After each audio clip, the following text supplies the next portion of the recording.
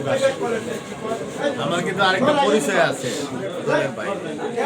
আমি ফুটবল খেলতাম, সাবেক ফুটবলার।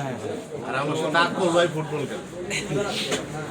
আমি ওইদিকে সভাপতি ছিলাম, আকবর ভাই এদিকে একটা সভাপতি ছিলাম। আমরা কিন্তু জয়েন্ট আর কি, পাশাপাশি আন্তরিকতাটা খুব আগের থেকে বেশি ছিল। মিছিলটা বাজারে শুরু হয়ে শেষ করতাম, হেঁটে শুরু করে ওই জায়গায় শেষ করতাম।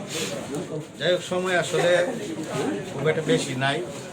আর ইকবাল সাহেবের নামে দুর্নাম আমি বেশি বলবো না, বেশি বললে বলবে যে লোক সবসময় তার পিছনে লেগে থাকে। তাহলে আমার বাস্য না, ইকবাল সাহেবের বাস্য। উনি আমার জন্য অনেক কিছু উপহার দিচ্ছে, আমার জন্য একটা মামলা দিচ্ছে, আমার মিছিলে গুলি করছে, হামলা করছে, সবই করছে।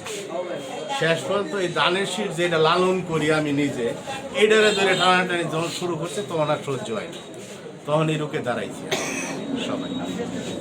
উনি কিন্তু ওনার জায়গাতে আর নাই, উনি অযথাই বলে উনি বিএনপি। আসলে উনি অরিজিনালি আওয়ামী লীগের লোক। তার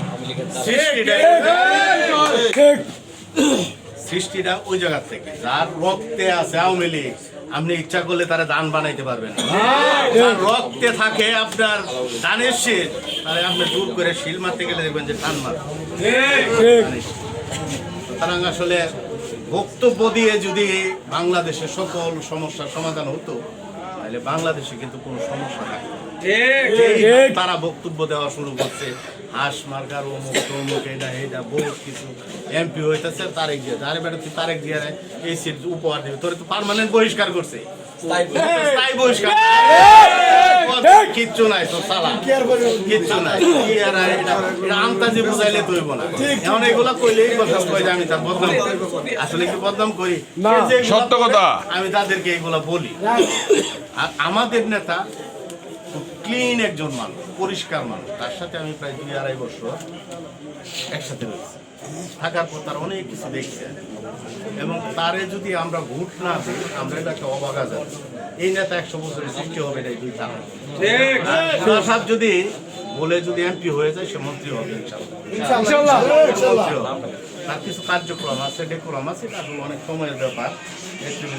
মানে তারা দিতেছে বস্তুগুলা শেষ করবো। আগামীতেও যত বুধবার দিন একটা প্রোগ্রাম আছে, যুবদল সহ যারা যারা আছে আপনারা চেষ্টা করবেন, আমিও যাব আপনাদের সাথে।